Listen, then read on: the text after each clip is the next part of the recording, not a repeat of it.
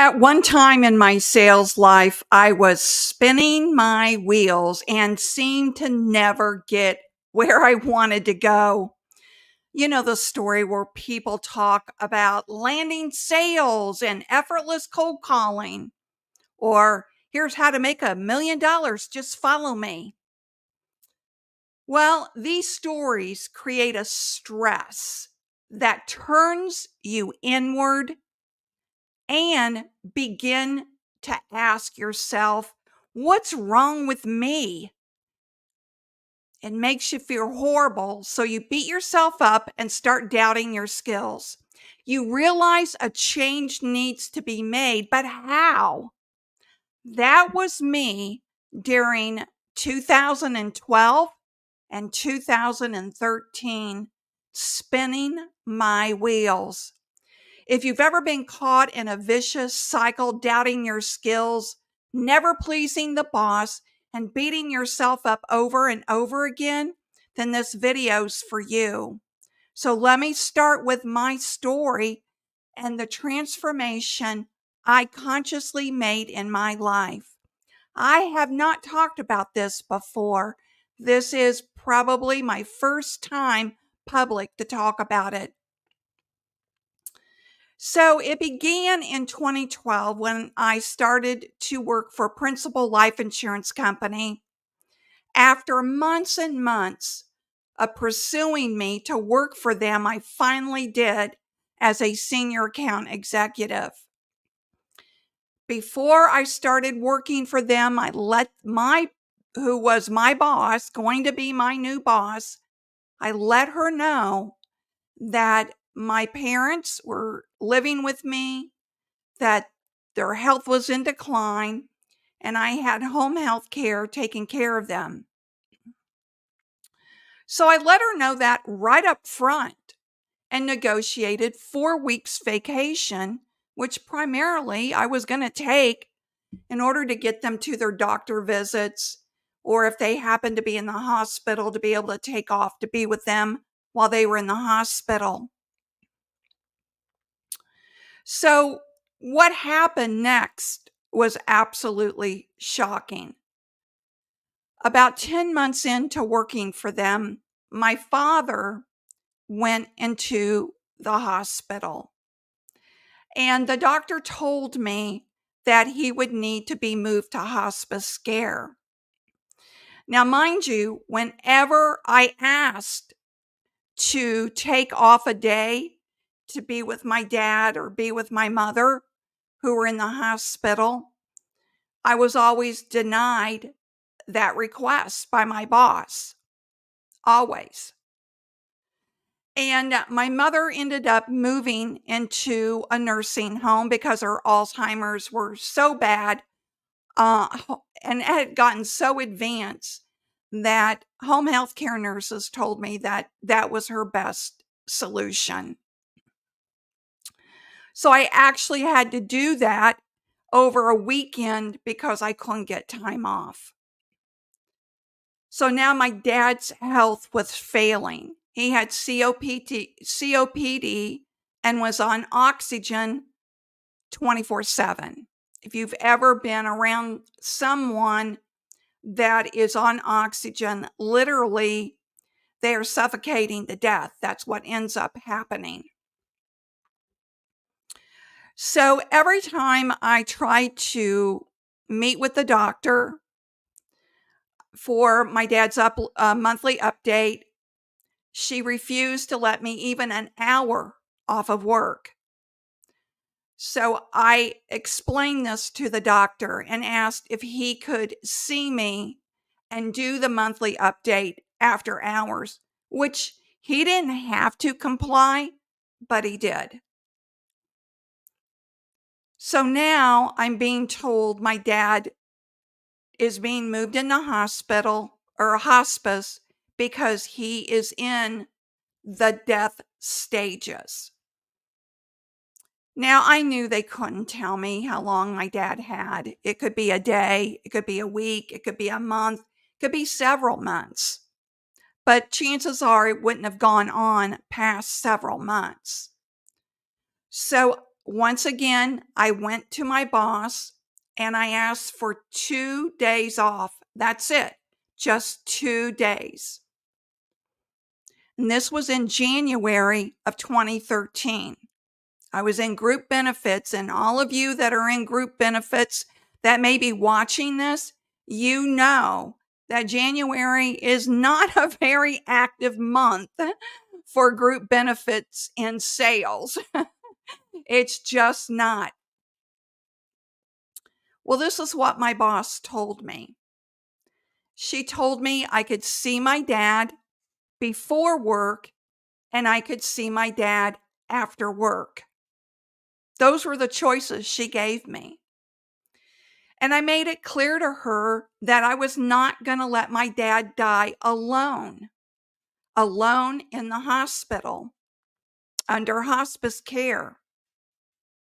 I was the only one that was available to be with my dad. My mother had Alzheimer's, was in the nursing home. My son was in school. So it fell upon me, which I gladly wanted to help my dad any way I could. But my boss said no. And I reminded her that I had 4 weeks vacation in my PTO pool. And this is her exact words. Well, when you hired in, I agreed to give them to you. I agreed to give you the 4 weeks. I never agreed to allow you to take the PTO. That's what she said to me. So you can imagine, I am wondering anytime my dad could die, my boss isn't going to let me off work. And now she's telling me that she agreed to giving me 4 weeks PTO, but she never said I could take it. All right. You can see where this was going, right? So then I decided to go to the HR department. So I talked to the HR department. They got back to me 2 days later and said that they are agreeing with my boss. I mean, this is just insane, folks. And then I went to her boss, seeing if I could get any leeway there. And her boss got back to me in the next day and said that she is accepting my boss's denial of my request for PTO time. Now, if you know anything about Principal Life Insurance Company, they pride themselves in talking about work-life balance. They talk about it all the time. They just don't practice it. So here I am in this dilemma of my dad is dying. My boss won't let me off work. What do I do? Well, I only had one choice. So since I had taken it up, did the proper thing, went to my boss, she refused, went to HR, then took it to her boss. I went up the chain and every one of them told me no. I had no choice but to tidy up my desk and walk out. And that's exactly what I did. 10 days later, my dear dad died. I was in the hospital room with him, holding his hand when he passed away. The beautiful thing about my dad's death is he was completely lucid to the very end. He was talking to me. He was telling me about the angels he saw in the room with him. He asked me to pray the rosary, which I did. And then I put it on his chest and I took his hand, and about, a few minutes later, he passed away. And I was with him. And I don't regret for a second of leaving a high-paying job to be with my dad when he passed away. I should have never been put in that situation. of having that much stress in my life by my employer, who just couldn't give me even a couple of days off to be with my dying dad. So I did the right thing. After that, after the funeral, after I took a few days and calmed down, losing my dad was losing my best friend. His death really hit me hard. And I decided to take a job at his cemetery just to try to get some closure around his death. I knew it was a transitional job, was not going to be long term. I just needed it to get my bearings. And so that's what I did. And from there, that's when I got dead serious about transforming my life. So, number one tip is the transformation effect. Now, I'm sure you've heard of the butterfly effect. If you haven't, I'll briefly explain it.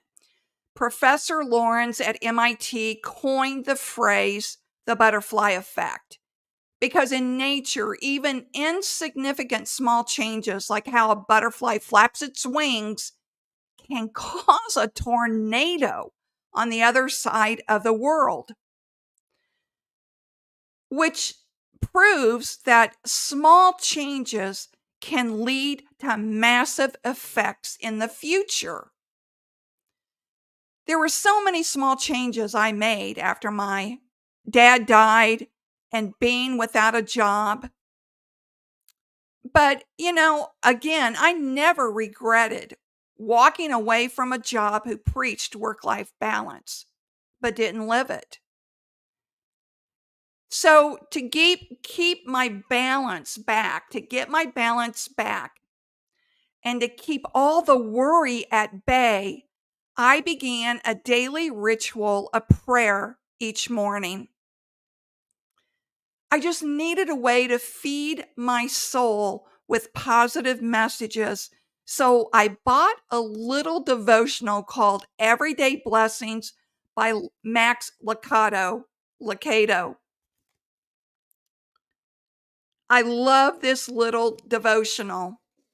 And I just want to read for you, if you'll indulge me for a minute. I just want to read today's devotional, June 11th. It says, He will take those dying bodies of ours and change them into glorious bodies like His own. Philippians 3, verse 21. And then he writes, does his body seem closer to death than ever before? It should. It is. And unless Christ comes first, your body will be buried, like a seed is placed in the ground. So your body will be placed in a tomb. And for a season, your soul will be in heaven while your body is in the grave. But the seed buried in the earth will blossom in heaven. Your soul and body will be reunited, and you will be like Jesus. Max Lucado, if you don't know about this author, he's one of the most positive authors, Christian authors there is. I really love his books. They're all biblically based, which is what I really like about them. So, I'm a Catholic. So I also included in my daily readings the mass readings for the day as part of my morning habit to feed my soul. And I pulled out all of my Tony Robbins CDs I'd bought over the years, and I began feeding my mind with these transformation messages of taking action. So trying to decide my next move, I worked briefly at the cemetery, as I told you. But during that time, something interesting happened. All right. I also realized how good I was at selling. I quickly became a rising star in selling mausoleums, which I was told by the staff was a very difficult product to sell. Yet I was selling, 3 to 5 every single month, which I guess was unheard of. Now, you may be thinking, how after 3 decades, you're just realizing you're good at sales? Because I never measured myself in those terms. Yes, I was always in the top 1 or 2 spots for best sales, and yet it never occurred to me I was good at sales. I was just doing my job. So, as you can see, I had a lot of internal work to do. I began challenging my belief systems in every topic in every way. Wow, did I cling on to some beliefs from my childhood? Think back to a time when you faced difficulty and knew you needed to change, or when you challenged your beliefs. It's not easy, is it? And sometimes we think we're free of the old belief, and something happens that pulls us right back into believing that old belief once again. So, in order for me to move forward, I knew I needed to think differently and act differently, which leads me to number 2, assessing skills. Let me get a drink real quick.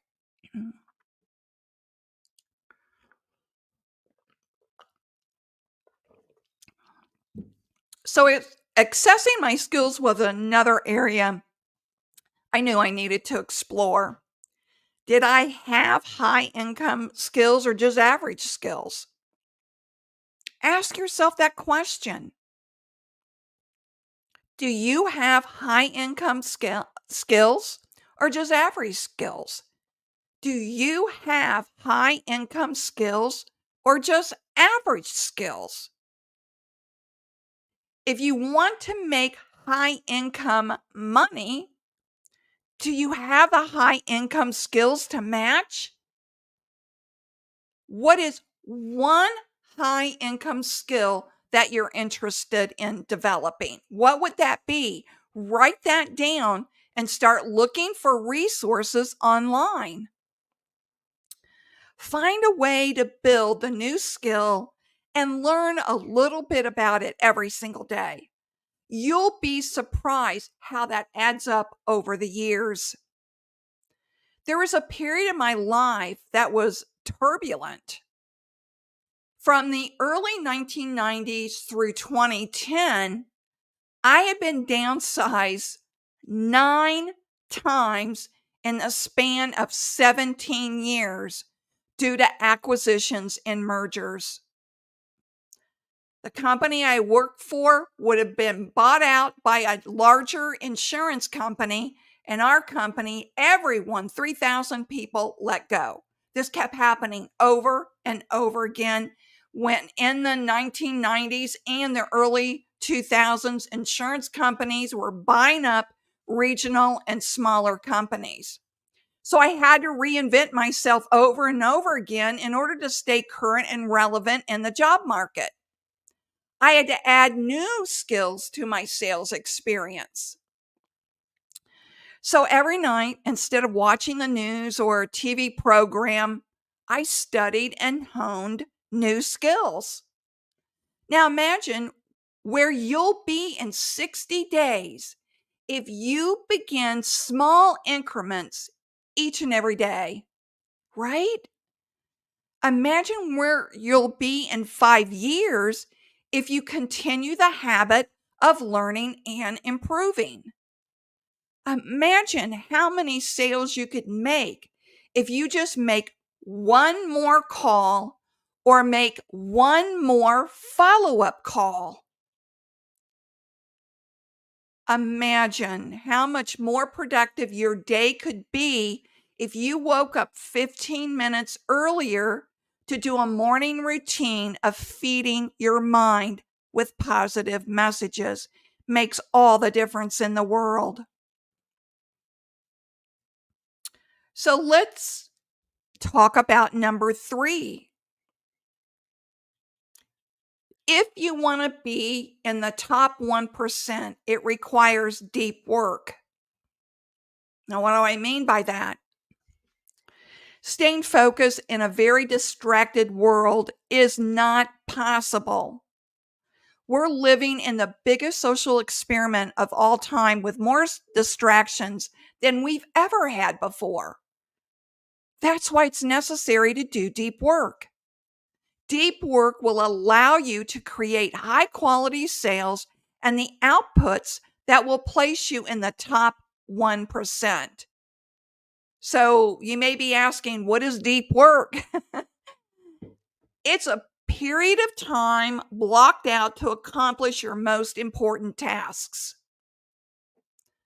such as blocking out time in your schedule to do nothing but outbound calls. That's it. This is how I like to think of it.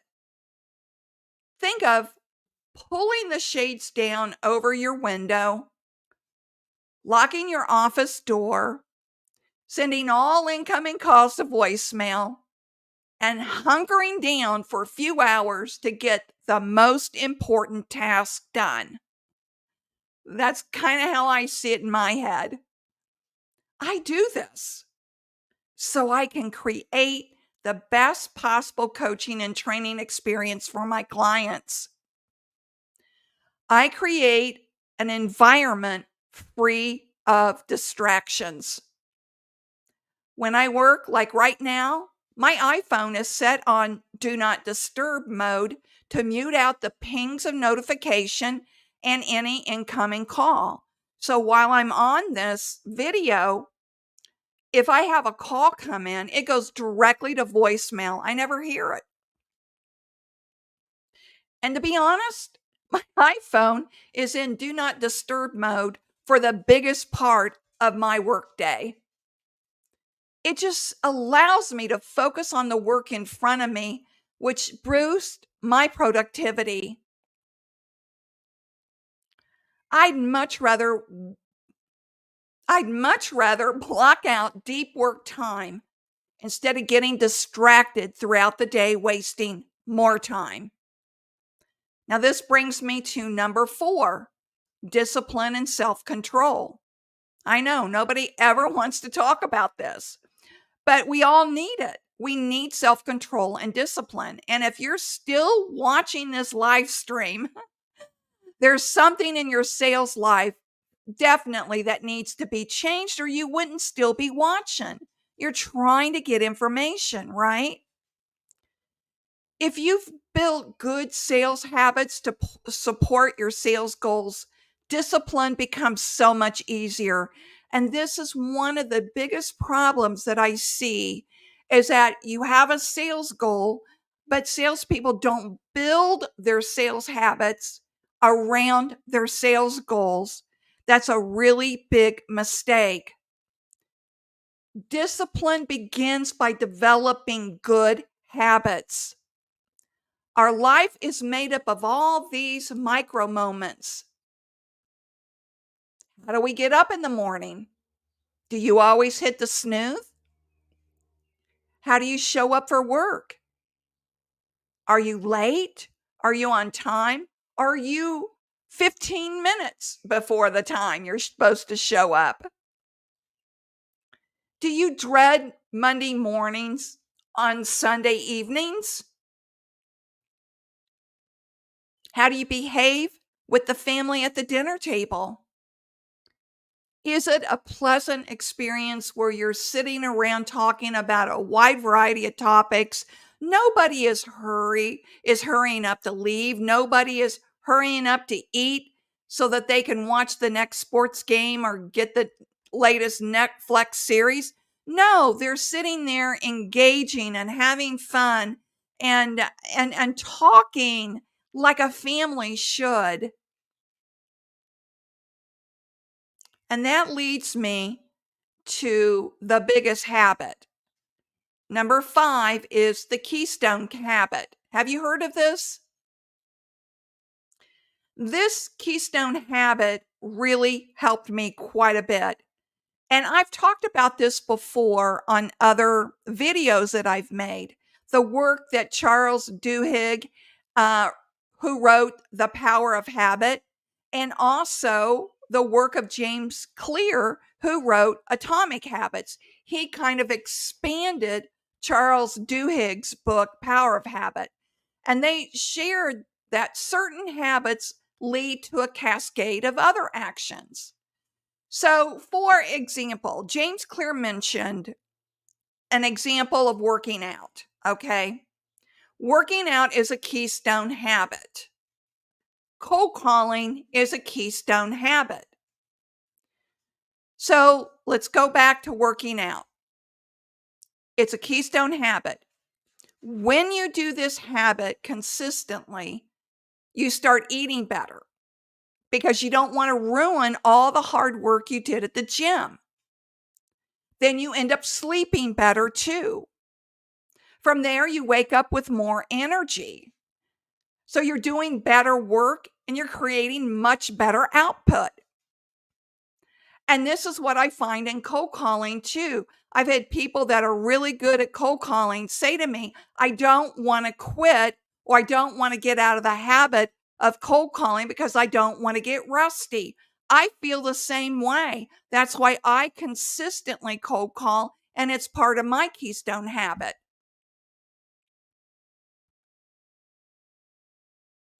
And I feel this way about my morning routine.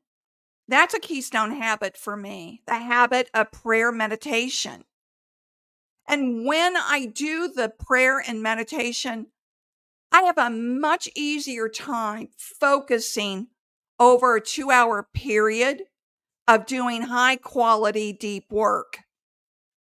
It's interesting that if you are not in the habit of being silent, doing prayer and meditation, how much harder it is for you to stay focused, because we all have these little micro moments going on in our life and we're distracted this way, we're distracted that way.